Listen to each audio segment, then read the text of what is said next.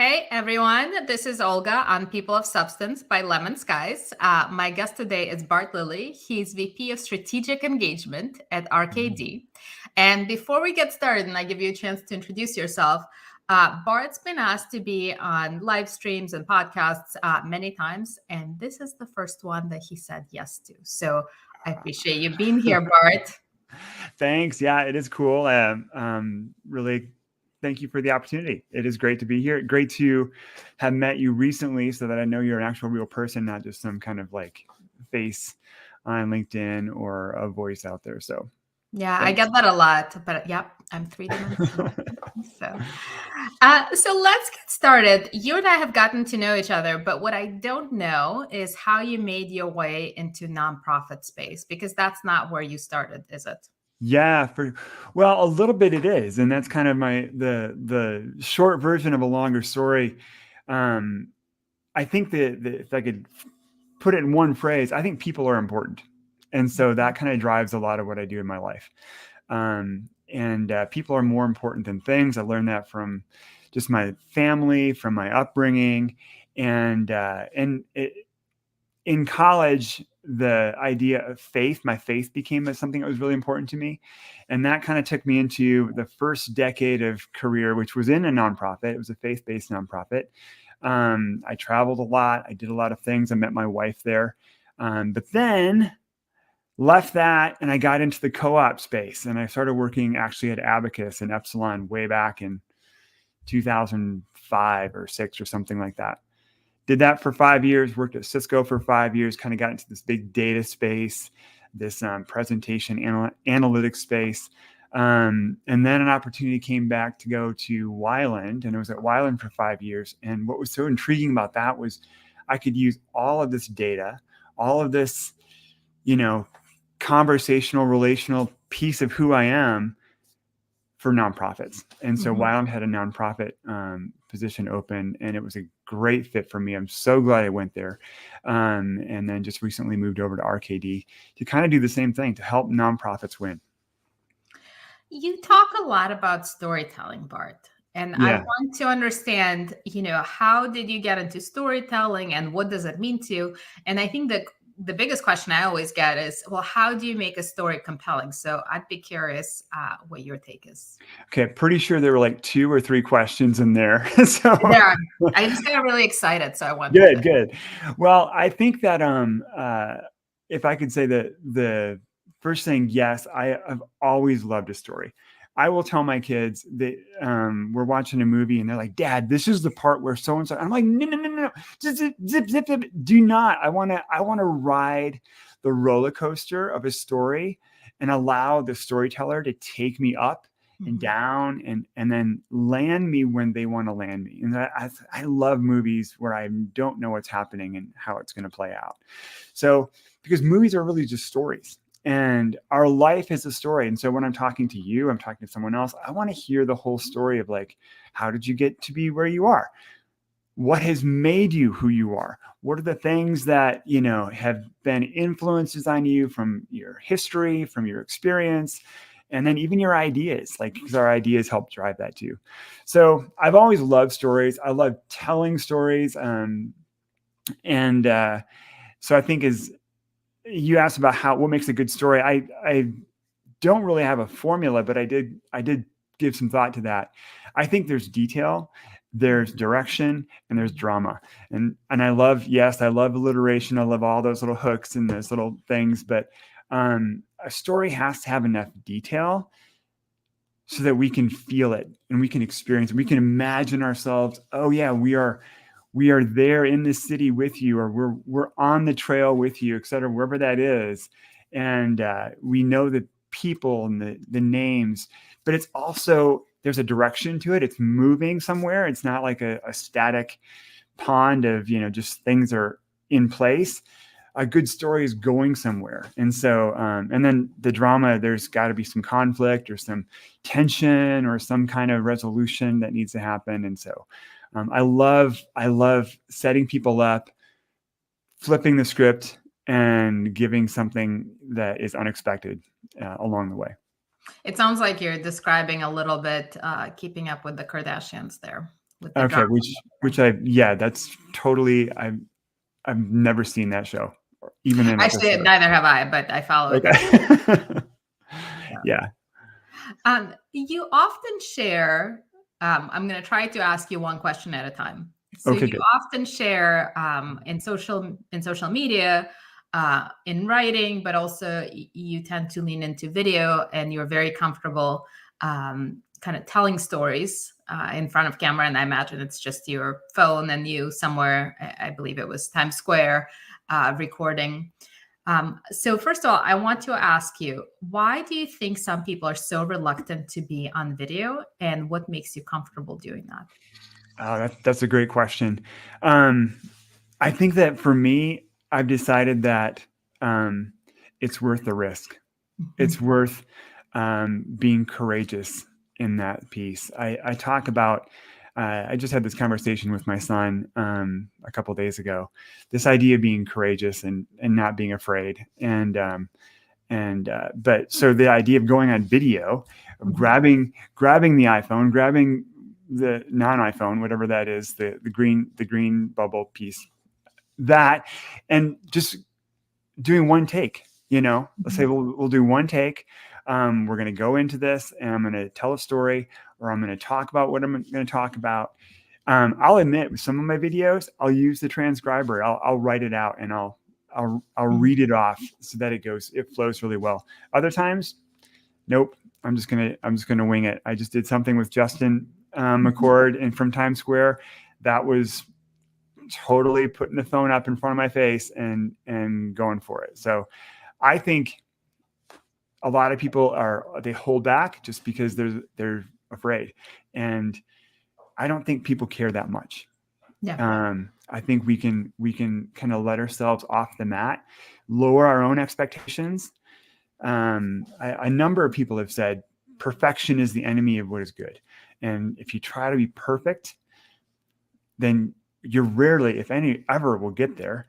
And so just do your best, give it a good cut, give it a good swing, and see where it ends up. Bart, you brought up being vulnerable, and I should just share with you.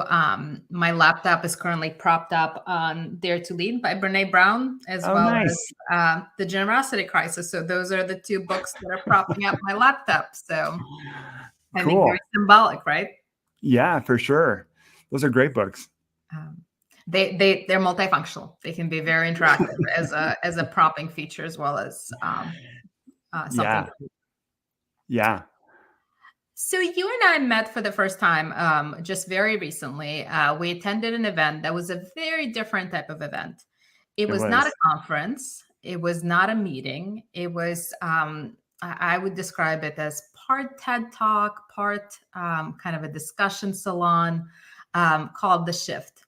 So Hmm. can you talk a little bit about that and what your kind of insights or takeaways were, except in addition to meeting me in Oh 3D? yeah. I thought Shift was a great event. RKD sponsored it with along with Donor Voice. We met in DC. Mhm. Um, the goal was to create a space where, like you said, it was part TED Talk, it was part salon, part open room. It was a one night event. It wasn't overnight. It wasn't a couple days. And so ideally, it's an invitation to people who are local in the DC area for that one. And let's come together. Let's talk about a few things.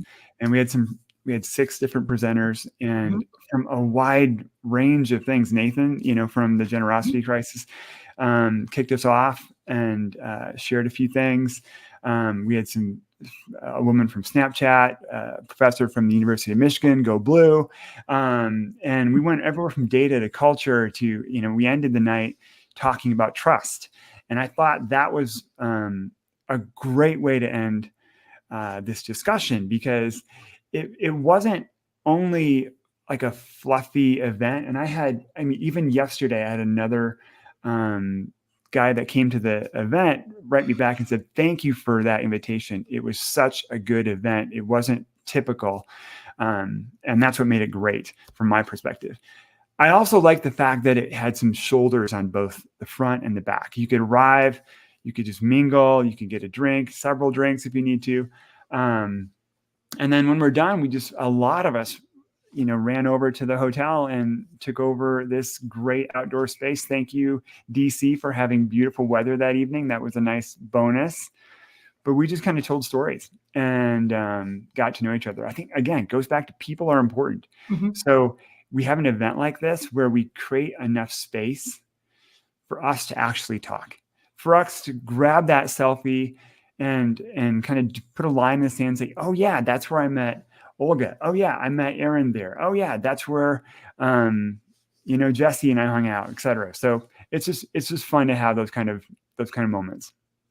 And you're right, it is very unique because unless you get that same lineup of those same speakers and those same attendees in the audience, and it was a very small, intimate gathering, which I thought was fantastic. Yeah, less than 100, yeah. Yeah, less than 100. So unless you get that exact makeup, it almost is like this unique bubble that exists. Yeah, and I think it was designed that way, that it was an invitation only. We had 100 seats, and we had a few no-shows at the very end, but it was meant to be like, this is what we're going to do. If you can come, great. If you can't come, well, then maybe we'll get you at the next one. So, And we are hoping to do, whether it's back in DC or could be New York, could be Atlanta, Chicago, could be on the West Coast, LA or San Francisco. I don't know. I thought it was great. And like you said, it could be a mix of different presenters hitting a number of different topics. You don't know what you're going to get, but ideas and people. It's a great way to go. Very cool. So Bart, we've gotten to know each other professionally, but obviously before we get together for these conversations, I try to snoop around a little bit to get to know some of the background. And what did I uncover about Bart? Well, you volunteered quite a bit for different organizations, including the Habitat. You mentioned the YMCA. I think the overarching YMCA and USA Swim. So I'd love to hear about your involvement in volunteer work, how you got involved, and not just what you did, but more what you got out of it. Oh, that's a good question. So all three of those, and it goes back to the three people closest to me in my world: my wife, my daughter, my son.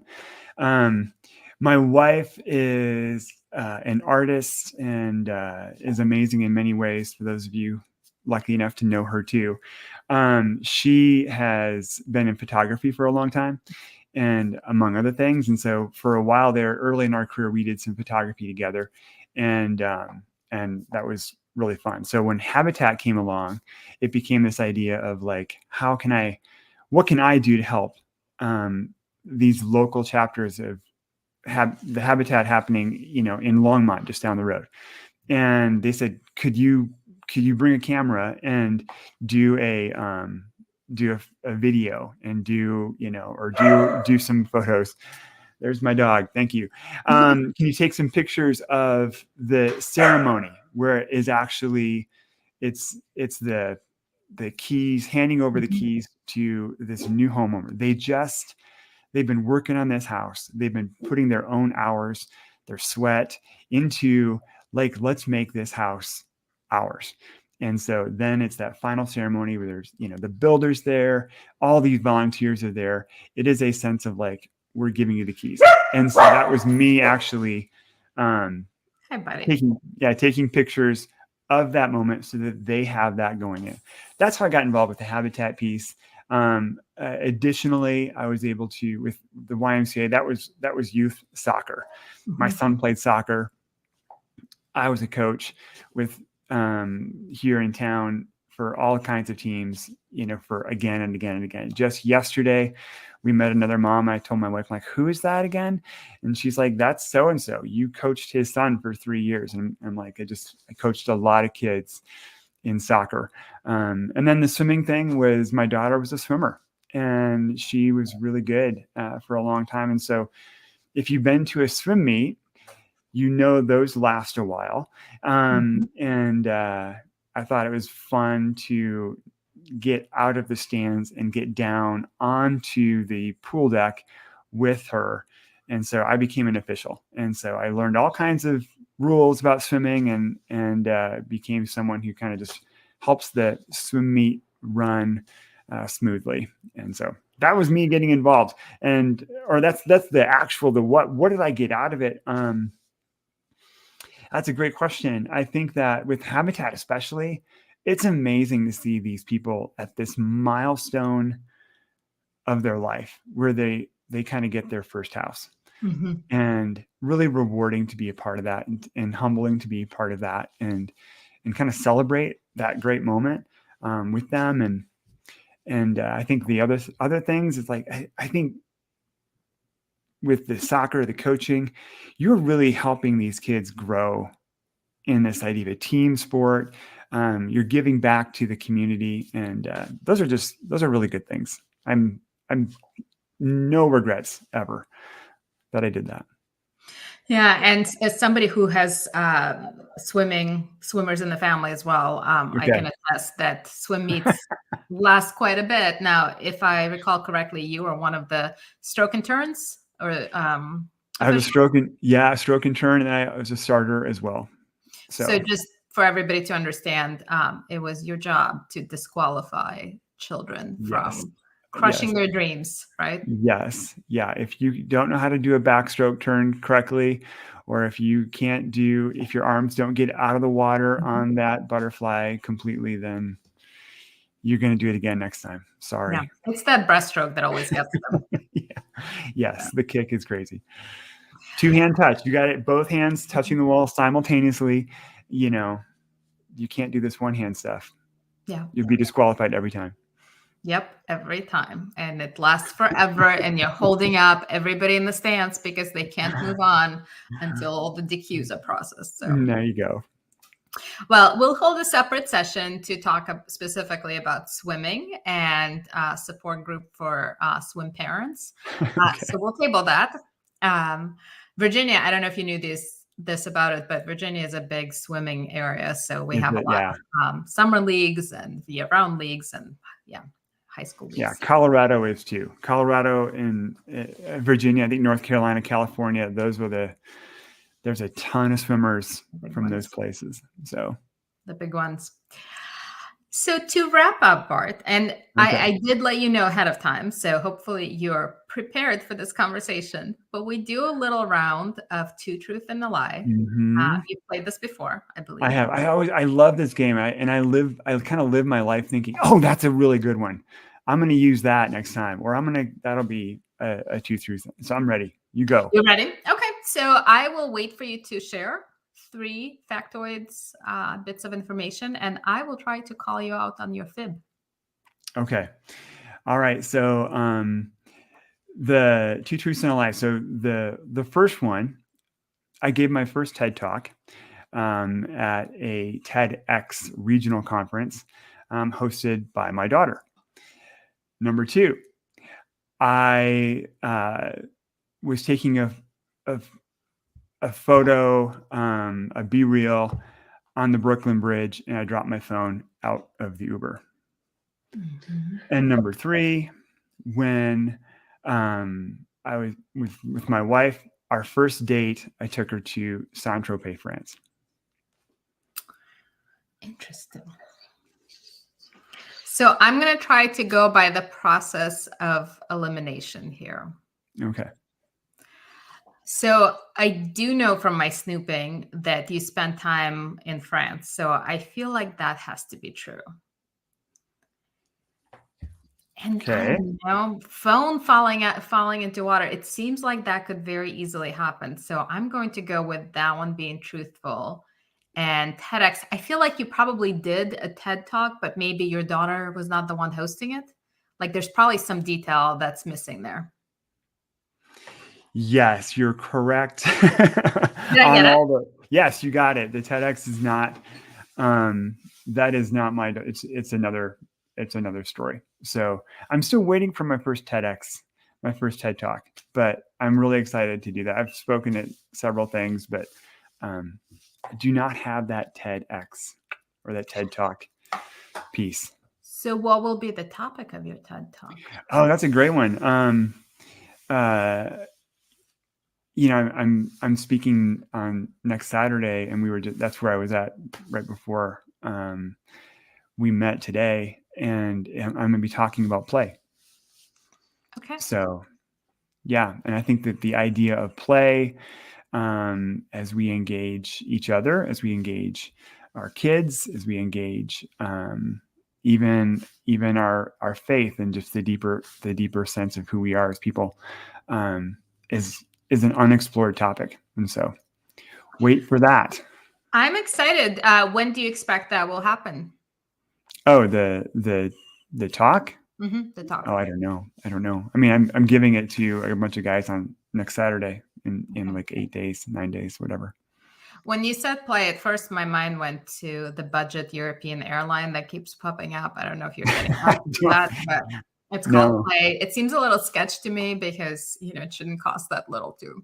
Oh, I don't know how those airlines. I mean, yes, my wife and I lived in France, in southern France for a couple years almost, and yeah, Ryanair and all these different ones for like $9 you can fly to to London or something. I'm like, how do they make? They don't even like.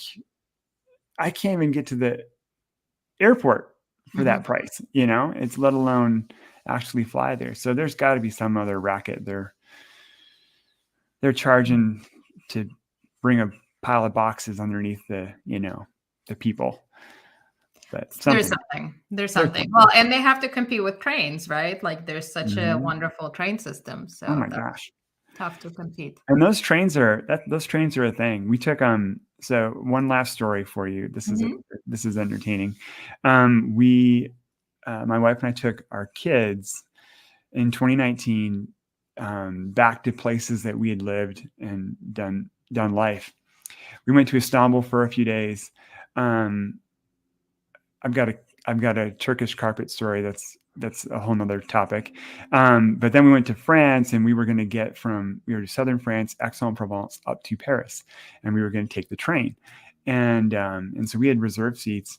We came around with the rental car, and when you're in the US, you're like, you've got a gas station here and here and here. There's like all over the place. Well, I'm trying to fill it up with gas, and there's no gas station. There's like, oh, there's one. I pull in. Oh, we're out of gas actually. Oh, okay. And I knew that like at 11:30 is when the train left, and so it's 45 minutes out. The train station's 10 minutes away. It's not like security at an airport. We have to be there that early. You can literally, it's pretty small. You can just walk up and get on the train. So we are looking for a gas station, and to the point where I'm like, I don't know what to do here. So I just drove to the train station, to the Hertz. It's right there, right next to you can walk, 100 yards, 50 yards to the train station. I pull up, and I'm getting out, and I walk in. I'm like, hey, I can't find any gas, etc. And at that moment, my wife comes running in. She's like, Bart, the train leaves in 10 minutes. And it was not the 40-minute window. It was somehow I had my numbers wrong. Or in my head, I thought it was 11:30. It was actually 11. I'm like, okay, great. Sorry. I'll pay the gas charges, whatever. So I just dropped my wife and kids off, and with our bags, and with extra Turkish carpets that we didn't plan on having, and then parked the car and ran into the train station. Now if it's 11:30, the train leaves at 11:30. I mean, these guys are on a schedule, and I dropped the keys off at like 11:28 and ran into the train station at 11:29.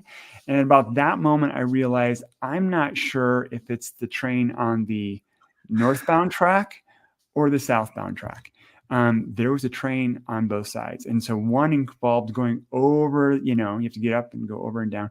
And I'm like, I don't have time to go over there. I'm just going to roll the dice, because I don't remember if it's, which track is which. And I come running in, and I see Jenny and the kids, and they're waiting. And they're like, hurry up. And I'm like, I know. I'm like, get on. And as they start to get a turn, and they take a step toward the door, and the doors close right in front of them. And I at that point, I see all this happen. The doors are just closing down the train. And I turn, I look up the track, and there's the conductor that's, right there. I'm like, wait. And he yells for us. He come this way. And so we are carrying all these bags, carpets. And so then we get on the train, and literally we drop our things, the doors close, and the train moves. And so you made it. We made it just barely, and by the skin of your teeth. By the skin of our teeth. And maybe that's not the first time something like that's happened to me, but it gives you an adrenaline rush, doesn't it? It is, and the kids will still they still laugh about that. Yeah. Bart, you've been a wonderful guest. Thank you for being here. It's the first, but hopefully not the last. I love it. I appreciate the invitation. Thank you, Olga. Thank you for joining me today.